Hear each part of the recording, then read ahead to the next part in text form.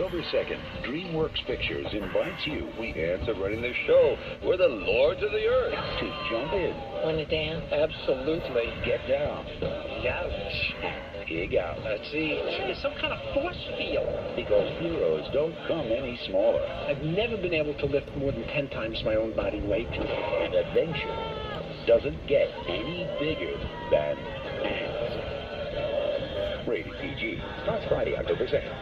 So Ants most notably came out around the same time A Bug's Life did, but during its production, there was a public feud between DreamWorks co-founder Jeffrey Katzenberg and Steve Jobs and John Lasseter of Pixar, who were working at Disney. And of course, Jeffrey Katzenberg came from Disney, was fired a couple of years ago, and the production of the similar films A Bug's Life and this, which was released a month later, that only worsened when Disney refused to avoid competition with DreamWorks' intended first animated release, The Prince of Egypt. So the film came out in October, did pretty well critically and financially, and some might say that it's actually the better movie compared to A Bug's Life, which I like Bug's Life, but to me, this is probably the best one of the two. You have Woody Allen playing an ant named Z, a worker ant who dreams of winning the heart of the beautiful Princess Bala, played by Sharon Stone.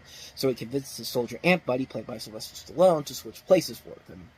One of the most significant of workers, Z may turn out to be the biggest little hero of them all. In addition to them, you have Gene Hackman, Christopher Walken, Anne Bancroft, Jennifer Lopez, Danny Glover. Not only is this a strong first film from a rookie animation studio in DreamWorks, but it had a better story to tell. But if it had a better story to tell, I should say, than A Bug's Life did. The animation still holds up after all these years. The voice acting overall is really good. The characters are nicely done. There are very few cliches in here, although the liar revealed aspect is here too much. It's done a little bit more cleverly than what A Bug's Life did a couple months later. Me personally, I think this comes off a much better movie overall than A Bug's Life did, even though I really like A Bug's Life, and we'll definitely delve into that when we get to November. So let's move on to the next movie. A very polarizing film from Robin Williams in 1998, and that is What Dreams May Come. Nothing you've ever seen. You won't believe your eyes. What Dreams May Come will have people talking for years to come. It breaks new ground in movie making. It's a masterpiece. Robin Williams, Cuba Gooding Jr., Annabella Sciorra. What Dreams May Come. You've never seen anything like it. Rated PG-13. Starts Friday, October 2nd.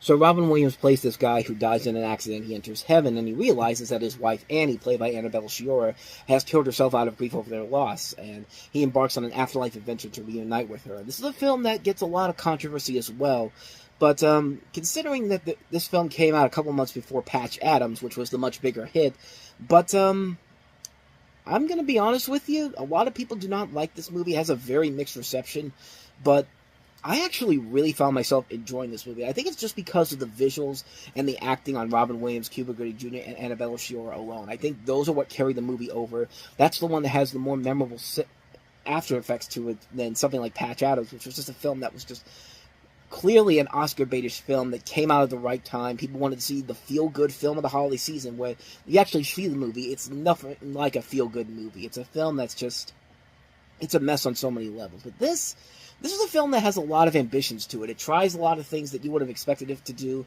but it's a great movie. I definitely recommend checking it out. You should definitely give it a chance. It's probably one of Robin Williams' most underrated movies. It's definitely much better than Patch Adams was. I can tell you that much, that's for sure.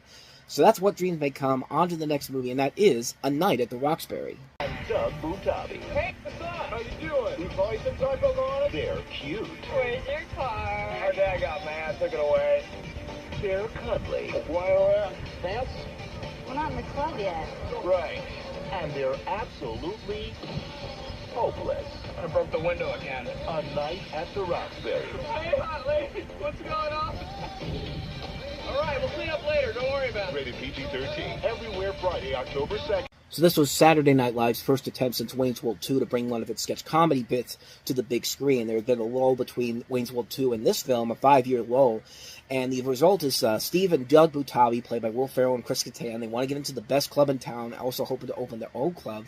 They have Vivica, played by Gigi Rice, a gold-digging supermodel, and her friend Canby, played by Elisa Donovan from Clueless, to try to work the Roxbury guys for their money, only to find out that the pair is broke. And coincidentally, Elisa Donovan from Clueless, this is directed by the same person that did Clueless, Amy Heckerling.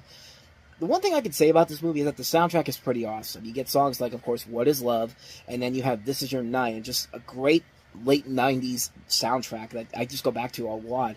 The rest of the film, however, is a very sort of mixed bag. I know it's extremely difficult to turn a sketch where consistency consists of nothing but Will Ferrell and Chris Kattan dancing to What Is Love into a feature film, and they tried. I'll give them credit that they tried to do it decently, but it just wasn't enough in the end. I think they have the chemistry to make this work and bring it to the screen. A lot of comedy in the film does work, but there is a lot of good self-referential humor in the film, so the filmmakers know that what they're doing is extremely silly. The story, however, is where the film starts to take its downfall. It's an extremely generic story. You can see the film where it's going here. It's Wayne's World again. It's the Beverly Hillbillies. It's Black Sheep. The bad guys try to use the idiots to con their way into money and fame. And all the cliches and conflicts that come after that. It's just so boring because they don't do anything new with it. And Night of the Roxbury is one of those take it as it is or hate it for what it is movies. You're either going to love how dumb it gets or you'll hate it for how dumb it gets. Personally, I'm more the former. Yeah, the story is terribly predictable, but the movie is very, very aware enough of how stupid it is with a lot of jokes they get away with and actually do work. So I have to give them points for that. At least this one gets me to get some laughs out of the next movie they tried to make an SNL movie out of, which we'll get to that one when we get to 1999. But on to the next movie, a film I'd never even heard of, Dee Snider's Strangeland. I've chat with some killer guys. Girls ever go out with any of these guys?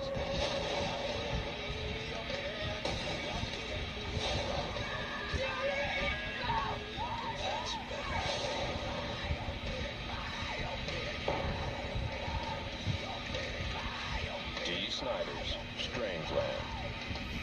Rated R. A movie that's so forgettable, the end credits don't even want to stay for the TV spot. Dee Snider's Strangeland. I've never heard of this movie. It's written by him, directed by John Piplo. Stars Linda Cardellini and Elizabeth Pena. That's really all I know about this movie, so not much more I can add to it because I haven't seen it. I can't say if it's any good or not, so let's move on to the next movie then. Quick one on that one. Oliver Platt and Stanley Tucci in The Imposters. Stop! I'm a man! And so am I.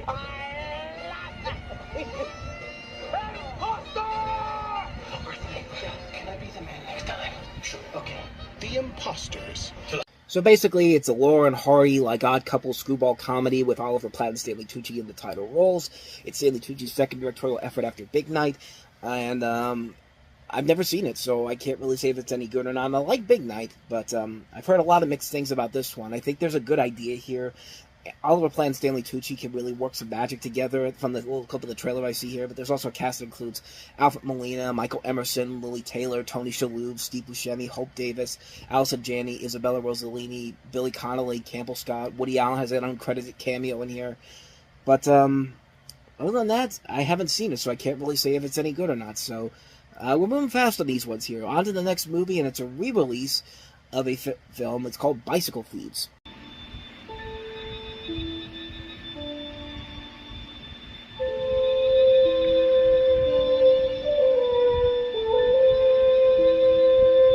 So Bicycle Thieves is a 1948 Italian neo-realist drama film directed by Vittorio De Sica, and it follows the story of a poor father searching in post-World War II Rome for a stolen bicycle, without which he will lose the job, which was about to be the salvation of his young family. This was, of course, re-released again for the 50th anniversary in 1998. It was actually one of the few films that was saved by the Italian Ministry of Cultural Heritage, and it's been seen as one of the most influential films in cinema history, but again, I haven't seen it, so I can't really say if it's any good or not. So, yeah. Could be good.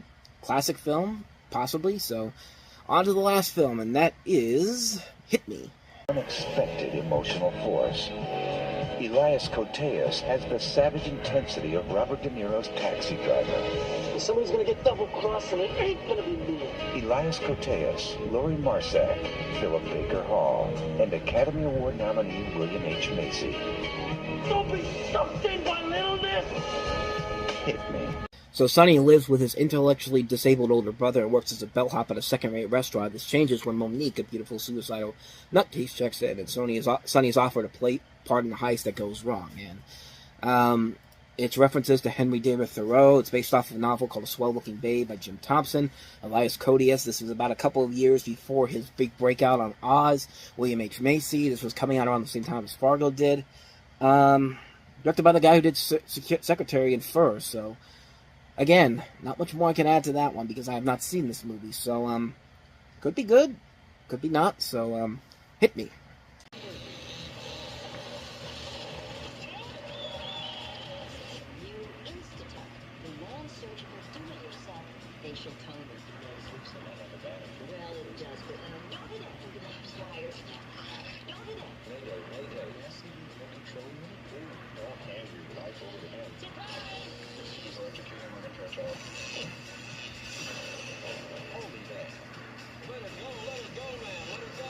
I mean, that's all I really need to show you because that's the only thing you probably remember from this movie.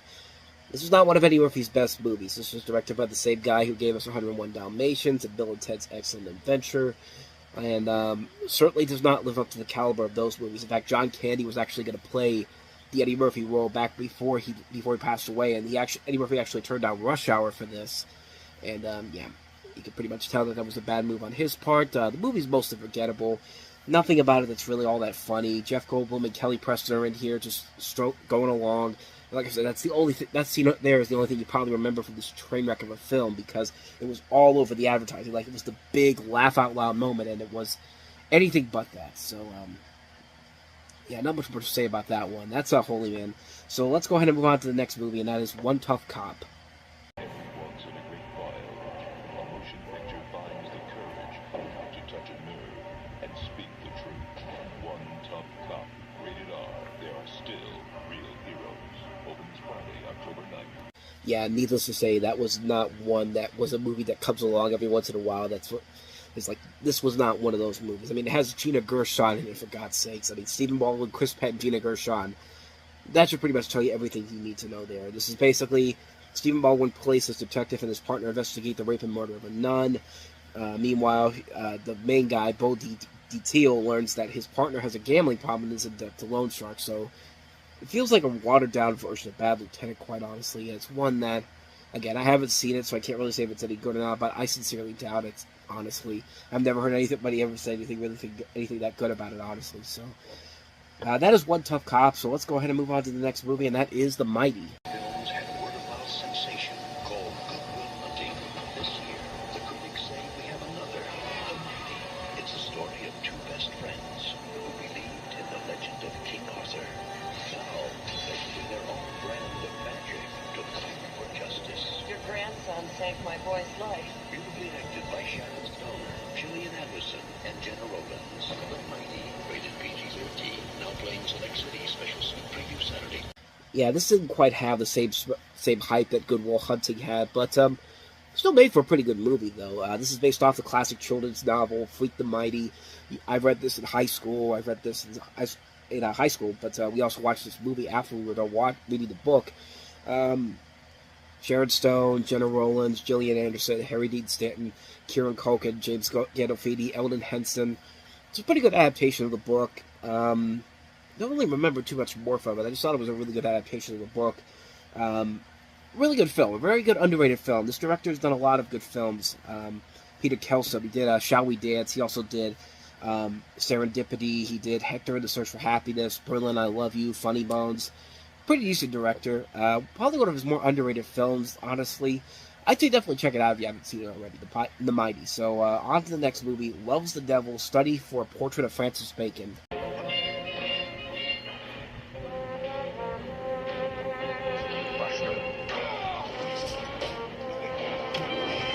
This is a fictional biography about this painter, Francis Bacon, played by Derek Jacobi.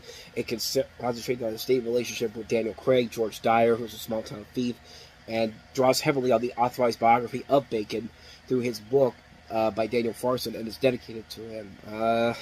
Some people say this is the role that broke Daniel Craig out.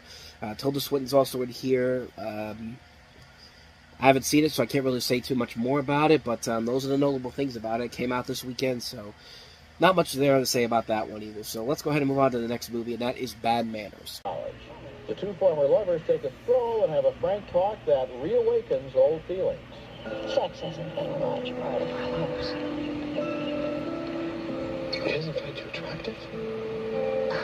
I don't know, I guess not. Oh, you are as much as ever. Now comes... This was one I had a hard time finding a trailer for. The one trailer that I found was for the 1984 movie of the same name, with Martin Mull. And clearly this is a much different film. Wes and Nancy are a married academics couple. One day they host Nancy's long-ago lover, Matt, and his current sexy girlfriend, Kim. Matt is a musician. Kim is a computer specialist who helped Matt to make some discoveries in his science. He suspects Kim is stealing $50 from her. That starts the tension, intrigues, mistrust. Cast that includes David Strathairn, Bonnie Bedelia, Saul Rubinek, Caroline Feeney, Julie Harris, directed by Jonathan Coffer, based on a play of the same name by the writer of this, David Gilman. Got some pretty decent reviews to it, but other than that, though, I don't know too much about it, honestly, and say more about it. So, that's Bad Manners, so let's go ahead and move on to the last movie, that is Detroit 9000. They're in trouble. So as you can tell, this is a film from the 1970s. This was marketed originally as a blaxploitation film, but found life 25 years later. It follows Alex Rocco, who you may know as the voice of the creator of Itchy and Scratchy on The Simpsons. He plays a street-smart white detective who teams up with an educated black detective, played by Harry Rhodes, to investigate a theft of $400,000 for a fundraiser at a Representative Aubrey Hale Clayton, who's played by Rudy Challenger. This is one of those films that was championed by Quentin Tarantino and was given a re-release to his short-lived Rolling Thunder Pictures Company, and actually he used a line of dialogue from the film in the soundtrack for Jackie Brown. So you can tell the film has a lot of inspiration for him. I've never really seen this movie, so I can't really say if it's any good or not, but could be. Not much more to say about that one. That's Detroit 9000. They're enchanting, breathtaking, bewitching sisters. Magic isn't just spells and potions. And now it will take all their power to make love come alive. Sandra Bullock, Nicole Kidman. Did you ever put your arms out and spin and spin and spin? Well, that's what love is like. Practical magic. So this is based off of a book by Alice Hoffman about Bullock and Kidman playing split sisters, Sally and Gillian Owens, who descended from a long line of witches and were raised by their aunts after their parents' death from a family cruise. The sisters were taught to use the practical magic as they grew up, and as adults they must use the magic to destroy an evil spirit before it kills them. So, kind of it's interesting because this came out around the same time as the TV series Charmed on the WB, and it's interesting how you would think that both of these shows both the show and the movie were kind of connected in a way because they came out around the same time. And again, probably not, because Charmed, I think, was produced by Paramount, even though it was released on the WB. But, I don't know, I thought it was interesting that this came out around the same time. Directed by Griffin Dunn, who last did Addicted to Love, which was not a good movie that came out, but, I don't remember too much about this one, but from what I saw from it, I didn't think it was terrible. I think most people went to see it because of Sandra Bullock and Nicole Kidman. I mean, you have two dynamite actresses at the time working together here. And it certainly was a lot better than Bullock's other film in '98, Hope Floats, which was just a disaster on so many levels. But this, cool concept, interesting ideas overall, but, I don't know, kind of a generic romantic drama, nothing too crazy in there. Got a good cast to it. Stockard Channing, Diane Wiest, Aidan Quinn, Goran Visnik in there. Don't remember too much about it. Saw it one time, didn't think it was that bad, but it's been a while since I've seen it, though, so I don't really know for certain if it's held up over the years, but that's Practical Magic, so let's go ahead and move on to the next movie, and that is The Bride of Chucky. The soul of a serial killer, trapped in the body of a doll, has come back to take a bride and unleash his evil spirit. It's showtime. Now, Birdie, eat your heart out. these two people Nobody is going to believe us. You got that right. are the only ones Drive, go! who can stop him. Now it's payback time. Bride of Chucky. Hey, beautiful. Rated R. Now playing. So considering that this has been 7 years since the last Child's Play movie, and that the series kind of tapered off big time after that, basically tapered off after the first movie was a success. The second movie was a decent hit, but the third film was just a film that was kind of fast-tracked, and even the writer, Don Mancini, said that it was not what he wanted to go with that series, but this one takes a different turn on it. This takes a more humorous towards self-referential parody. It also departs from the storyline from the first three films and basically focuses on Chucky, played once again by Brad Dourif, a doll possessed by a serial killer, and his former lover and accomplice Tiffany, played by Jennifer Tilly, whose soul is also transferred into a doll. And pitch perfect, man. I mean, Jennifer Tilly and Brad Dourif as Chucky and Tiffany just work so well together. I mean, this is a really fun movie, and like I said before, Chucky used to scare the living bejesus out of me as a kid. I remember when I was little and he showed up on Saturday Night Live to promote this movie, I left the room when he showed up on Weekend Update, but I've gone back to it in the years later. It is pretty funny. Like, I do like how Chucky has since become more self-referential than his early days. He also actually showed up on WCW Monday Nitro, too, a couple days before the movie came out, which is also a fun little video you can find online. But it was a nice return to form for this, a nice new turn on the series, as I should say. Not really a return to form, because the original film, I think, still holds up. But this is a film that really takes this to another level. I think it works very well with the satirical edge to it. It's directed by Ronnie Yu, who'd later go on to direct Freddy vs. Jason. And I like the self-referential Chucky. Like, I've seen the Chucky TV series. It's actually really damn good. I love the way that they put this character on there. And I gotta say, it's a fun little movie. I was really surprised at how much I enjoyed it. I did not think I was going to enjoy it as much as I did here, but yeah, this is pretty fun stuff. Unfortunately, with the next movie, I think they kind of went over the edge a little bit, but still made for a fun film. Bride of Chucky, really enjoyable film. So on to the next movie, and that is Oprah Winfrey and Danny Glover in Beloved.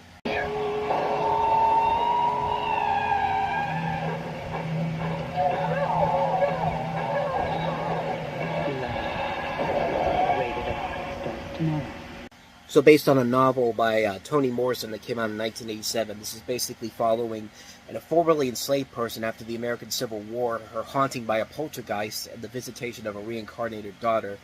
She's played by Oprah Winfrey, Danny Glover, and Tandy Newton plays the title Beloved. And actually, I've never seen this movie, and probably should have. I mean, Oprah Winfrey, Danny Glover, it's the first time they've been in a movie together since The Color Purple. Jonathan Demme's a really good director. He did Philadelphia and also did Silence of the Lambs.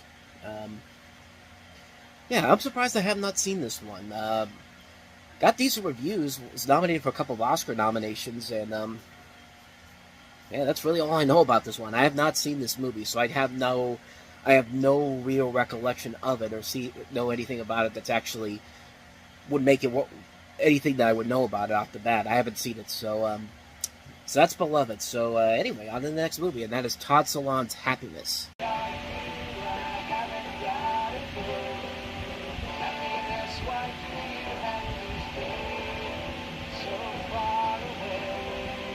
Okay, get a little of the synopsis.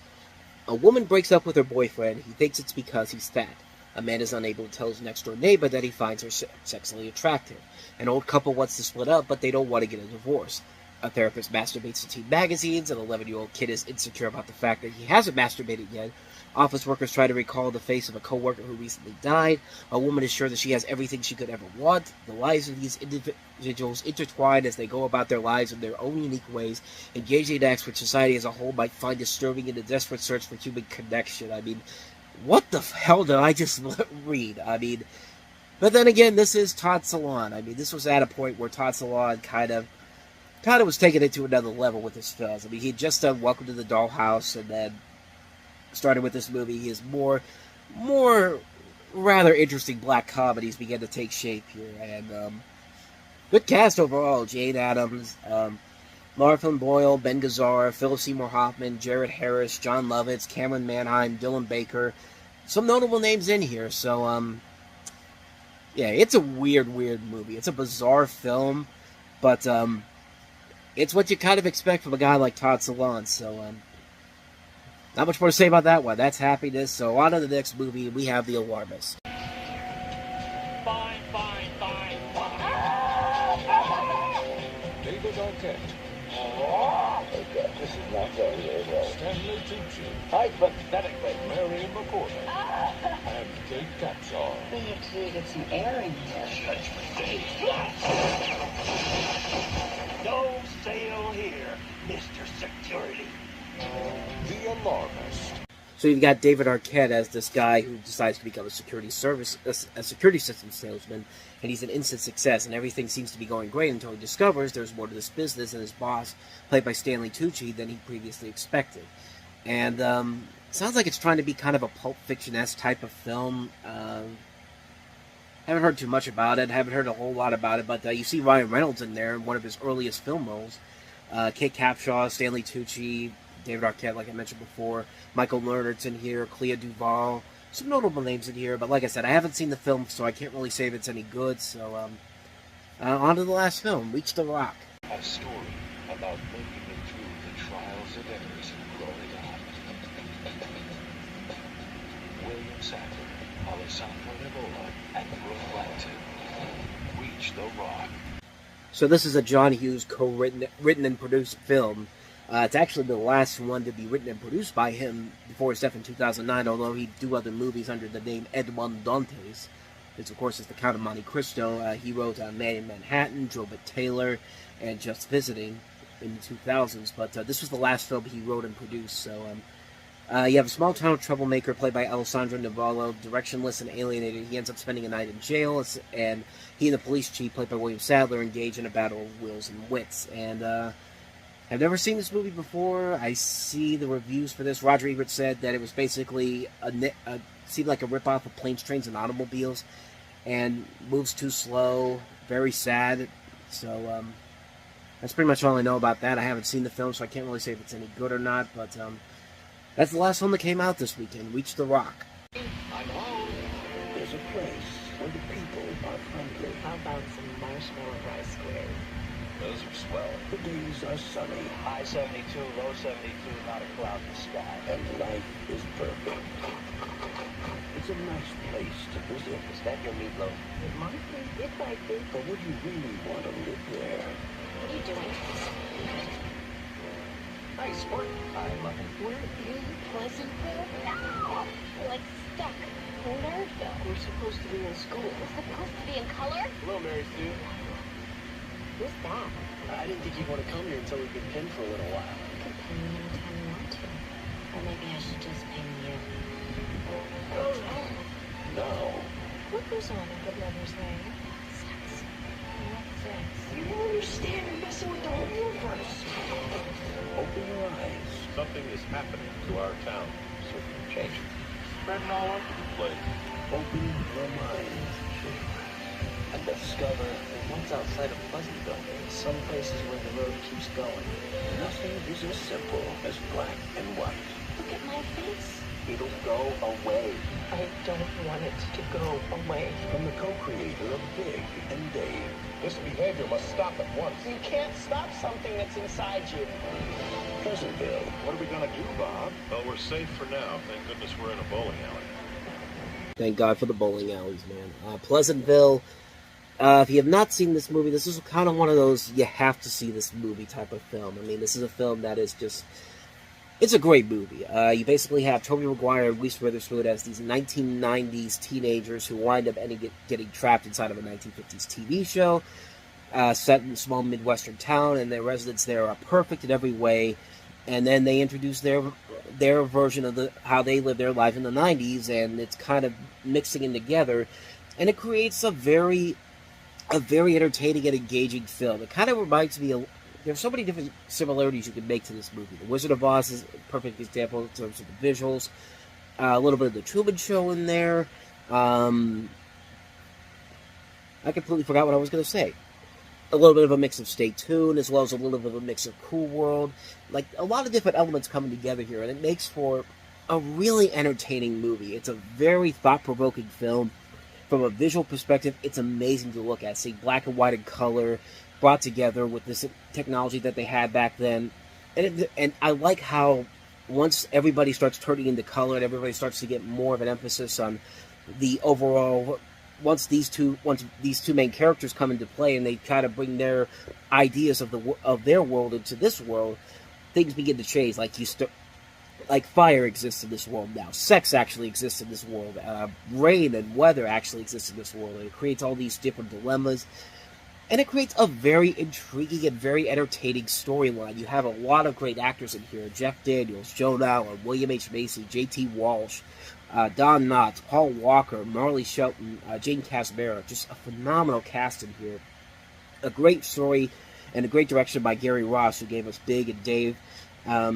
This is a fantastic film. I love going back to this movie every couple of years. It's just a film that I just love watching. It's a film that's so visually pleasing to look at. It's a film that's so much fun to watch, so much engaging to watch. It's a film that really was kind of ahead of its time because it was a critical hit when it came out, but it bombed the box office when it came out back then. Only made back $49 million worldwide despite a $60 million budget, but I think people have definitely come around to this movie, as they should have. I like the ideas that they have in here. There's a lot of ideas in here that really stand the test of time, even by today's standards, and it's a great movie, man. I really, really love this movie. It's a film that if you haven't seen it already, you really, really need to see this movie. I mean, it's a terrific film. I can't recommend it enough. If you haven't seen Pleasantville, see it. You are doing yourself a major disservice by not doing so. So that's Pleasantville. Let's go ahead and move on to the next movie, and that is Kurt Russell in Soldier. The soldier of the future, programmed from birth to kill without feeling. For this man, it's too late to be human, but never too late to be a hero.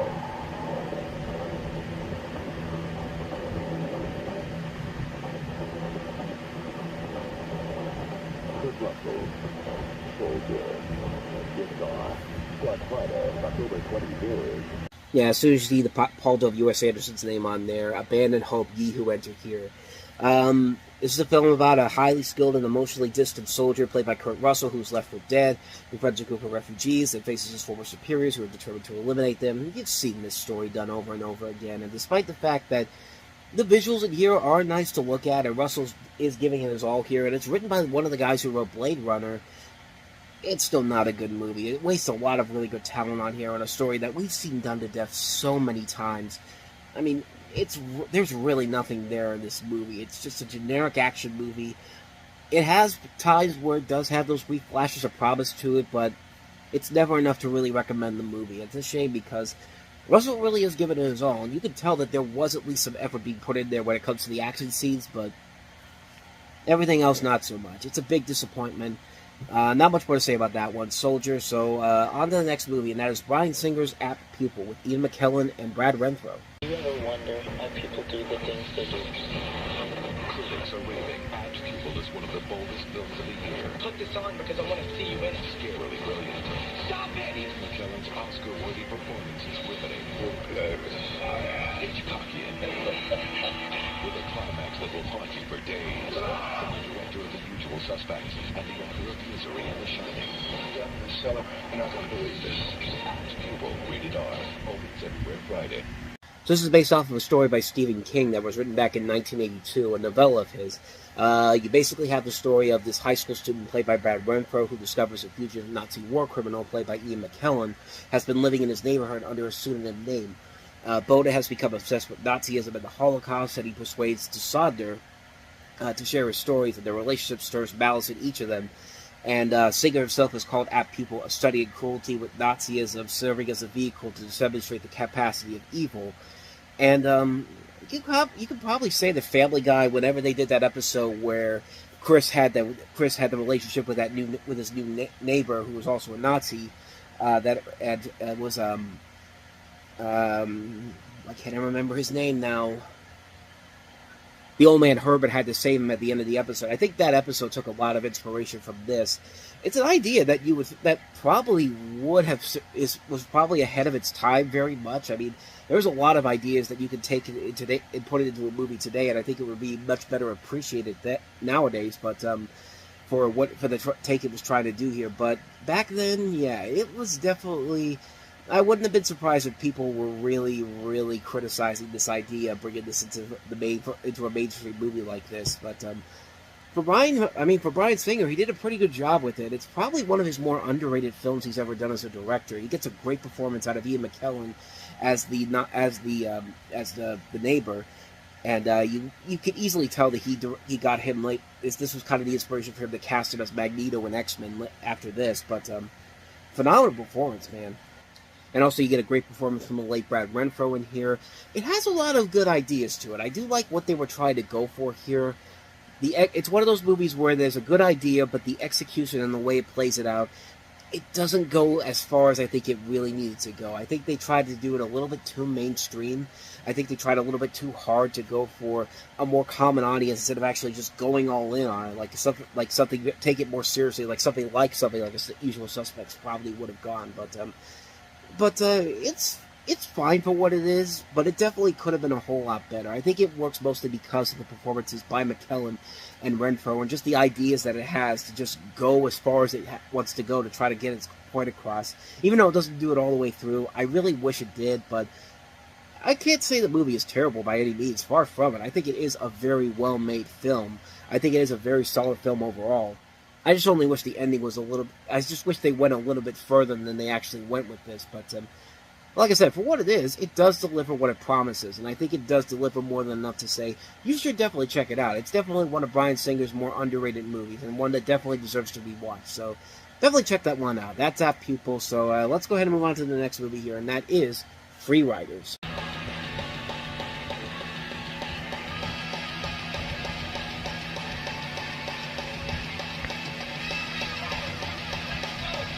Street snow sledding! That's literally what this movie looks like. The plot is that join the best free riders on the planet, like Candace Thauvet, J.P. Auclair, and Suzanne Sawyer, as they take you on a ski trip from Mexico to Greece and even to the top of a volcano. That's pretty much all I know about this. This is a documentary. I think it's a documentary, but once again, haven't seen the movie, but doesn't look like it has some nice visuals, like some nice snow visuals, and I don't know, the idea of skiing off a volcano sounds pretty awesome, but again, that's pretty much all I know about this one, so this is another quick one here. So that's Free Riders, sponsored by Nissan, but let's go ahead and move on to the next movie, and that is Trey Parker and Matt Stone once again teaming up in another film from Universal in 1998, and that is Orgasmo. Orgasmo. Did someone say my name? This is actually a film that they shot, I believe, before South Park even became the big hit that it was. I think this was before Basketball, but if you've never heard of this movie, it's a superhero sex comedy in which Trey Parker plays this devout Mormon missionary. You could say it's kind of a precursor to what the Book of Mormon would eventually become, who, to pay him and his fiance's dream wedding at home, he decides to participate in a porn film from an abusive director. And you have Trey Parker, Matt Stone, Dion Baker, some notable names here. Toddy Walters, Ron Jeremy is in here. Some notable porn stars, some notable voice actors. If you've ever seen SpongeBob SquarePants, Jill Kelly, I think, was one of the... No, that's not one. I'm thinking of somebody else. I'm thinking of another Jill. Jill Talley is who I'm thinking of. Sorry about that, but you have some notable names in here. Mostly notable names from porn as well, but... like I said, this is a film that came out I think this came out right before South Park blew up and became the success that it's now known for. But it's a film that not a lot of people really remember, honestly. And to be honest with you, I've never seen this movie. I've seen everything from Trey Parker and Matt Stone, but everything except for this one. It's one I've been trying to get to see for a number of years now. I've just never gotten around to checking it out, but... I've always wanted to see it, though. It looked like a funny movie. It looked like it fit right into the same type of people who would like South Park and like the works of Trey Parker and Matt Stone. And I feel like that's something that I think people would... that this is right up the alley of those people who would like that. So I really do want to see this movie at some point, and I probably should, considering that I've heard about this movie for almost 20 years now, and I've yet to see this movie. But I do want to see it, though, so, I don't know, maybe if I can find it online at a good price, I'll probably check it out, but I do want to check it out at some point, but, so that is Orgasmo, so let's go ahead and move on to the last movie we have here, and that is Roberto Benigni in Life is Beautiful. And a gift of making life beautiful. Now he'll really need it. To protect his family, he must turn the hard truths into a simple game. Roger Ebert calls Life is Beautiful a great film and predicts it will be nominated for Best Picture of the Year. It's passionate and enormously likable, a masterpiece of tremendous power and beauty. Life is Beautiful, rated PG-13. So Roberto Benigni plays this Jewish Italian bookshop owner who employs his imagination to shield his son from the horrors of internment in a Nazi concentration camp. And this is partially inspired by a book called In the End I Beat Hitler, and the stories of Benigni's father, who spent 2 years in the Bergen-Belsen concentration camp during World War II. And I mean, Roberto Benigni, man, talk about a roller coaster career he had.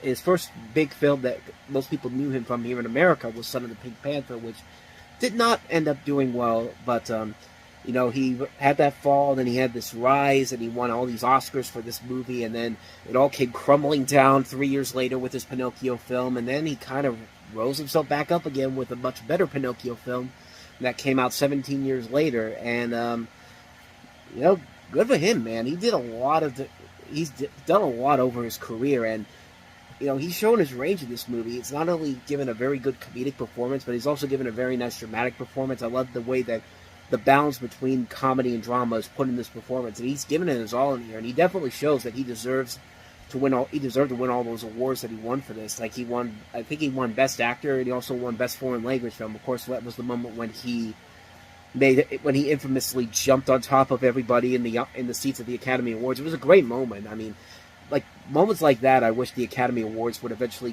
bring back again, but I don't know. It's very rarely that happened now, but he deserved it, man. He gives a really solid performance. He does a very good job putting this together. It's a very good film. It's a very solidly entertaining film. It's a really enjoyable film that I highly recommend checking it out.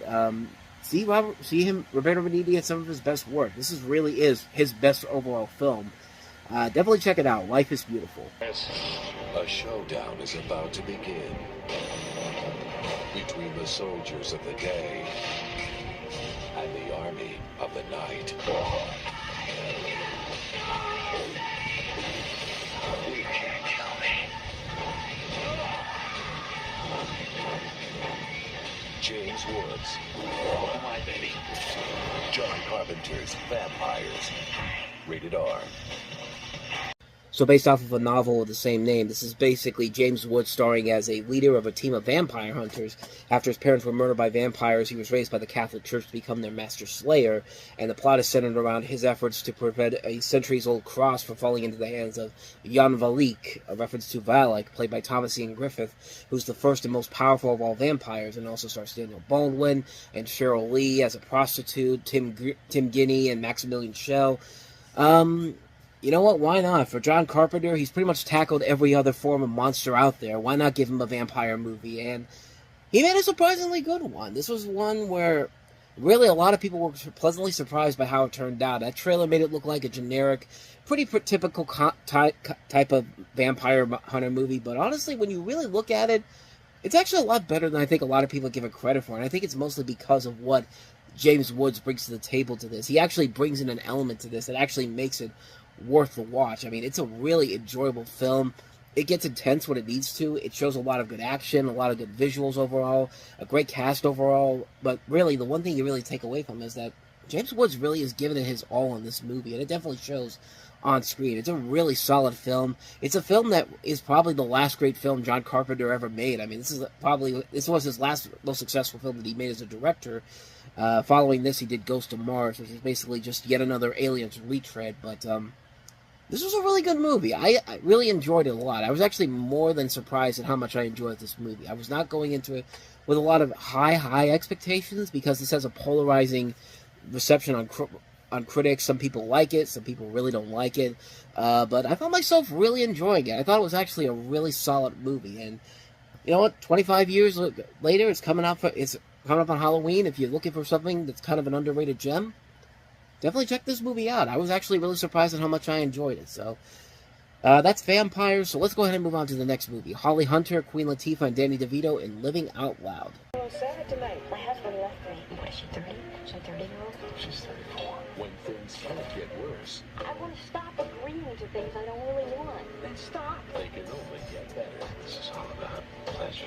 It's about bodies touching. Well, this girlfriend of mine gave me these. When I get a picture, I just touch everybody. Holly Hunter, Danny DeVito, Queen Latifah, Living Out Loud. Rated R. Directed by Richard the Robinese.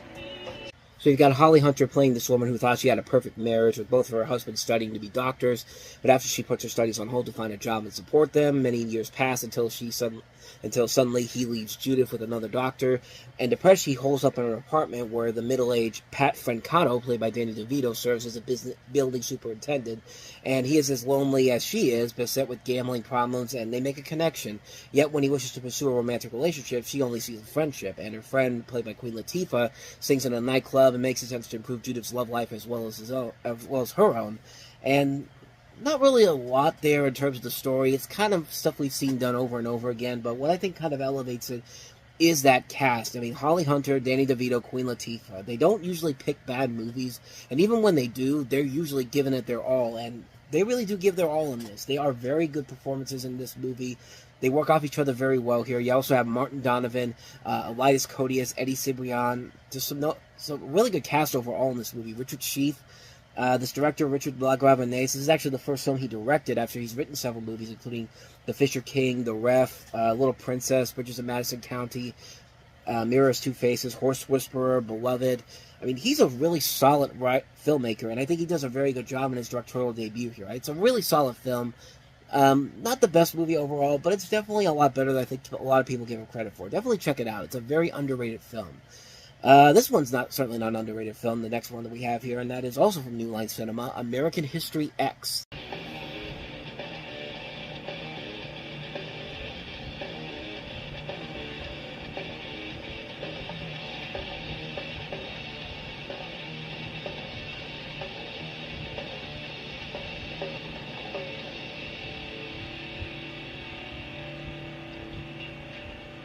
American History X.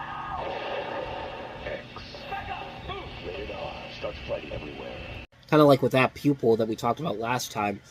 Definitely a film that's pretty much ahead of its time, honestly. This is a film where you have Edward Norton and Eddie Furlong. They play two brothers from Los Angeles who are involved in the white power, skinhead, and neo-Nazi movements. The older brother serves 3 years in prison for voluntary manslaughter, is rehabilitated during that time, and then tries to prevent his brother from becoming indoctrinated further. You also have Verussa Balk, Stacy Keach, Elliot Gould, Avery Brooks, Ethan Suplee, Beverly D'Angelo. This is a really good cast overall here. This is the feature directorial debut for Tony Kaye, and it's written by David McKenna. And it's a film, like I said before, really is ahead of its time. It's tackling a lot of issues that we have nowadays, but doing it in a way that's just, it's really well done. It's uncomfortable to watch, but you get so invested in what goes on in this movie. It's mostly because of the performances by Edward Norton and Eddie Furlong that really elevates this to a whole nother level. The movie overall does a very good job of just hitting you with the hard stuff right off the bat, and it does a very good job of handling everything that it needs to get its point across. And I think it really does serve a lot of purpose now, where it can be very timeless for something that sadly is something that has to be continued to be a factor in life even to this very day. Like I said, it's a film that serves a lot of things that have made it stood the test of time. It's a film that's very much held up over 25 years later. It's a really damn good movie. It's a film that is definitely something that should be watched. It's going to be very uncomfortable to watch, but it's a film that must be seen. It's a film like Schindler's List. It's a film like 12 Years a Slave, where it's going to be uncomfortable to watch, but it's worth it when you get done with it, because you actually feel like you've learned something, and you need to want to do more research on this type of stuff. And it's a film that just shows the power of these two guys, Edward Norton and Eddie Furlong, and what they're able to do as actors. They're really good in the film, and it would show in what Edward Norton's career would go on to become shortly after this movie came out. But it's a damn good movie. It's a really, really great film. Definitely check it out. If you haven't seen it, you're doing yourself a major disservice. So with that said, on to the last film we have here, and that is Talk of Angels. Miramax Films presents a triumphant new film inspired by the true story of Mary Lavelle. Polly Walker, Academy Award winner Frances McDormand, Vincent Perez. Talk of intrigue. So full of secrets, my dear. Talk of betrayal.